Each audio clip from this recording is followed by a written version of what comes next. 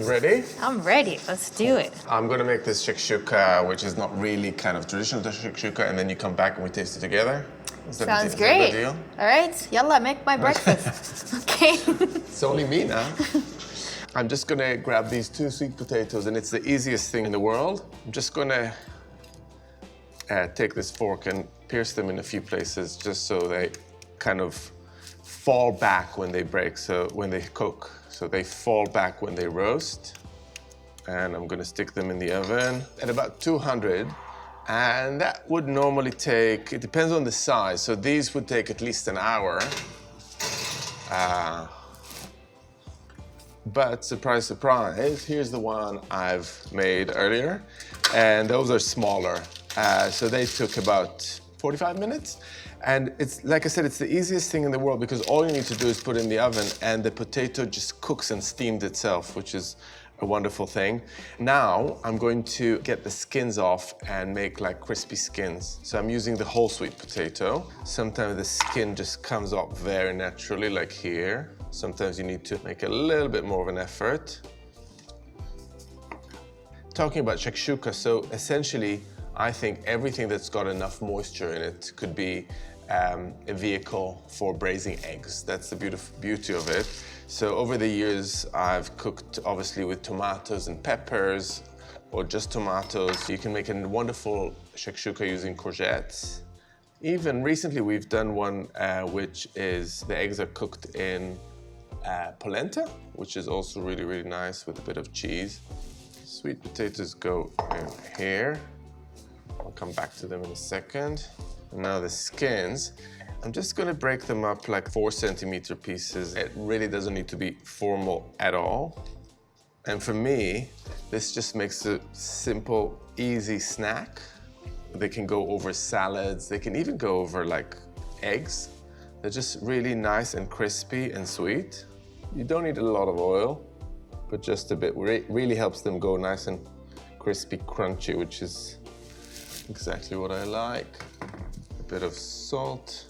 I'm gonna take the temperature down to 180 here and just stick them in for about 7 minutes.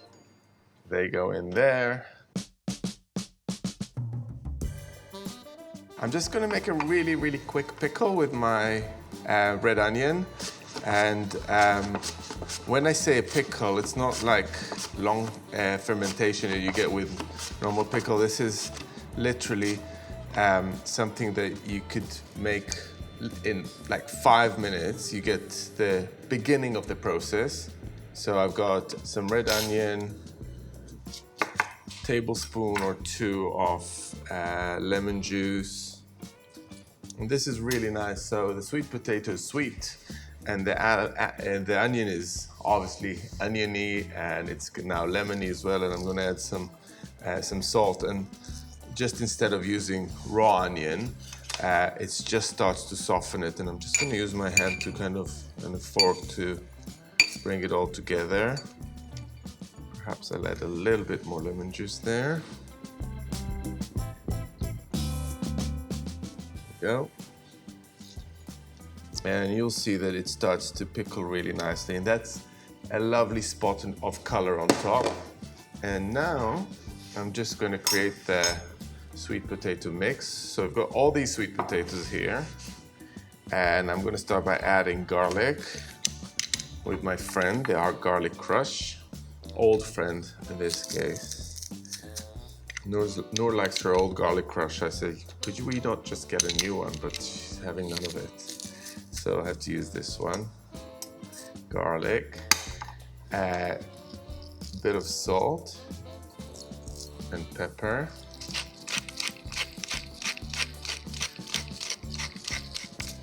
And now I'm gonna add all this cheese. So this is just grated mature cheddar. And the other day I made it with feta that I had at home and some pecorino. You can use whatever cheese you have, really. It just adds richness. And I'm just gonna mix it up a bit. Before I do that, I'm actually gonna add also some toasted cumin seeds.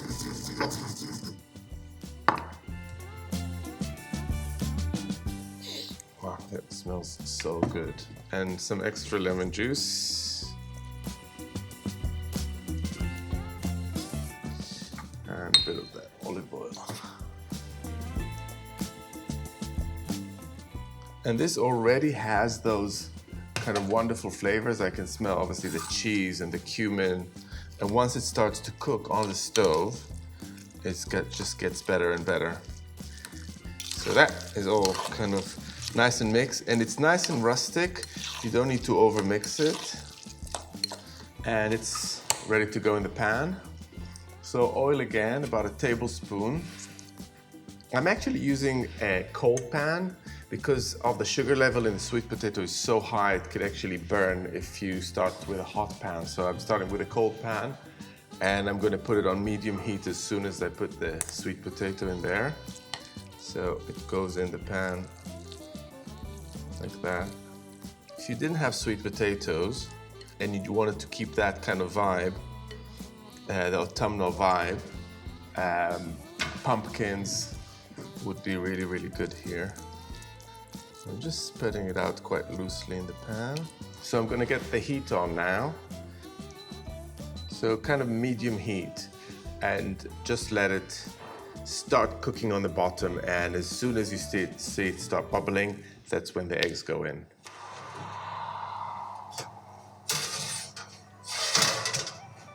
Yeah, so as they cool down, they'll crispen up in it even more, but they're ready to come out.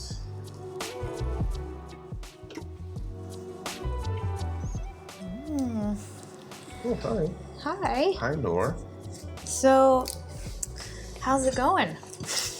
Are you actually I'm getting a bit interested or are you a peckish. bit hungry? I'm getting a bit peckish. Okay, so I'm quite proud of my mise en place. I've got everything done. I've got coriander picked, also known as cilantro. Oh, yeah, aka cilantro. AKA cilantro. I've got some red onion, pickling nicely here, and some lemon juice and salt.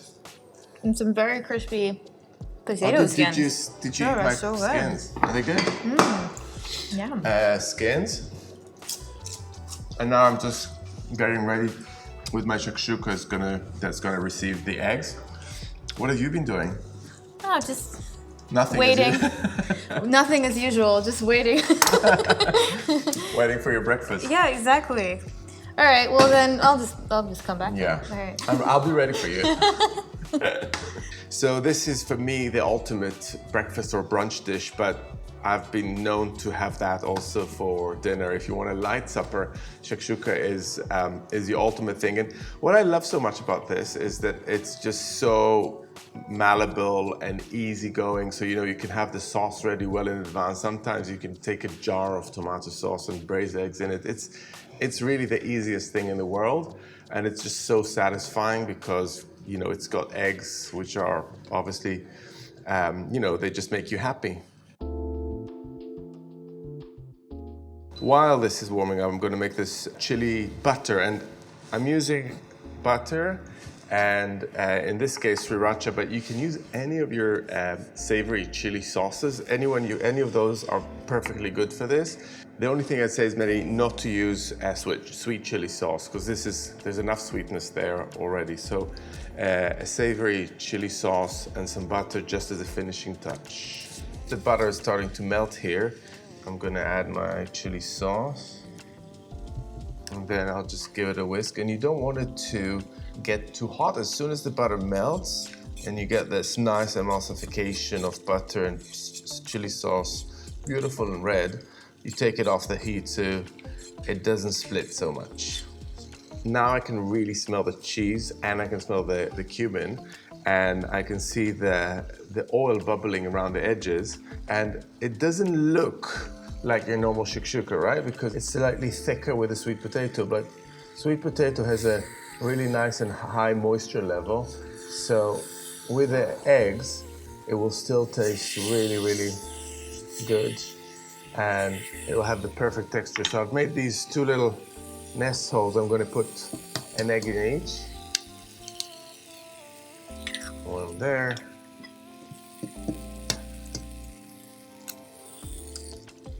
One there. And the eggs are already starting to cook.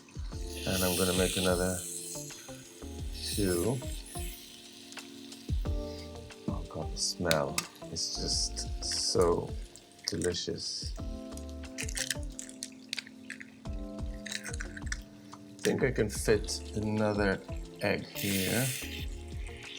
On the bottom, I can see the sweet potato is starting to stick to the bottom, and that's a beautiful caramelization that you really want there. That will make a beautiful crust when you have it later. I think that's as many eggs as I can get into this pan, but pans vary. And now I'm going to take the temperature down to medium and season it with salt and pepper.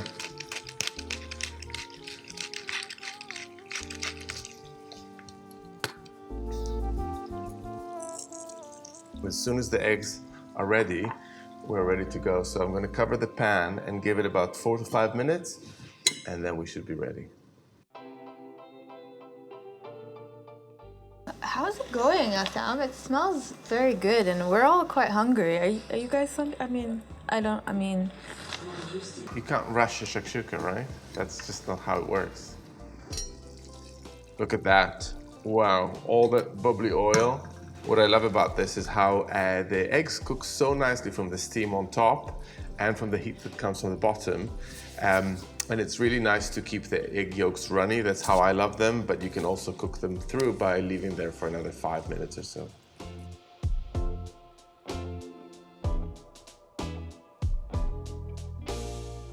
Are you ready for me? I'm ready. I was ready about an hour ago. I know. You made a lot of noise there, I have to say. Marina was feeding me oranges. It wasn't enough. Wow, that looks so good. It smells so good as well. You can smells so good. You can smell like the cheesiness of it. And that bit on the bottom, that bit that kind of stuck and burnt a bit, that is just so nice. I mean, That's the best bit when you get that. It's not a mistake. It's not a mistake, folks. It really does need to stick to the bottom like that, because that's sweetness. So good. For me, I love when you get like the sharpness of a pickled onion because it cuts through all of that richness. Yeah. It wouldn't be the same without the pickled onions. Thank you so much for watching. Please like and subscribe to the Ottolenghi channel and to Food52.